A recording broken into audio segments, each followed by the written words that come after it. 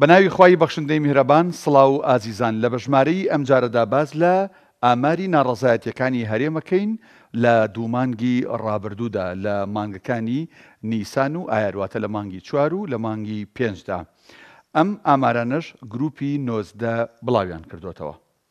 باش ئاماری ناڕەزایەتیەکان بە شێوازێکی گشتی لەم دوو مانگەدا 54 ناڕەزایەتی بووە کە لە مانگی 4دا 23 و لە مانگی 5شا 31 ناڕەزایەتی ئەنجام درراوە. باش جۆری ناڕەزایەتیەکان بزانین چین لەو 23ە شەشیان خزمەت گوزاریە، دوانیان دژی جینۆسایدی کووردە، دوو پشتیوانی غەزەیە، حەوت داخوازی جیاجایە بە شێوازی جیاجیا، شەشیشان بۆ موچە ئەنجام درراوە.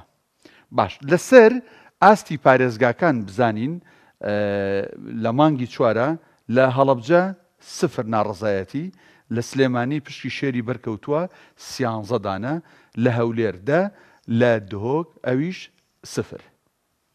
باشە بابینە سەر جۆری ناڕەزایەتەکانی هەرێم لە مانگی ئایار لە مانگی 5دا 31 ناڕەزایەتی بۆ بە شێوازێکی گشتی، دەی چالاکی جۆرا و جۆر بووە، حەوتی خزمەت گوزاری بووە، دوی هیکرێکاران بووە، دوی کەمەندامان بووە، سیانیان بۆ موچە بووە، سیانیشان بۆ دژی پرۆژەی ڕووناکی کارەبا 24 ساعتەکەی حکومەتی ماوە بەسەرچووی هەرێم، چواریشان بۆ چی بووە؟ بۆ دامەزراندن بووە.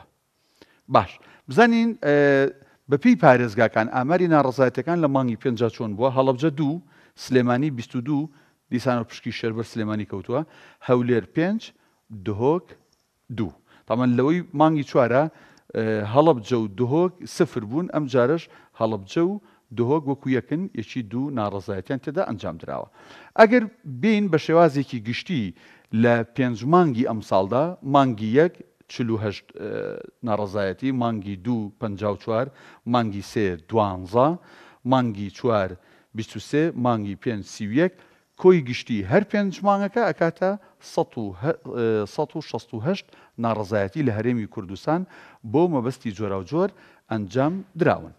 ئەمەی باسمان کرد لە بەژمارەی ئەم جارەدا ئاماری ناڕەزایەتیەکان بوو لە دوو مانگی ڕابردوو، مانگی 4 و مانگی 5 ئەم ساڵ.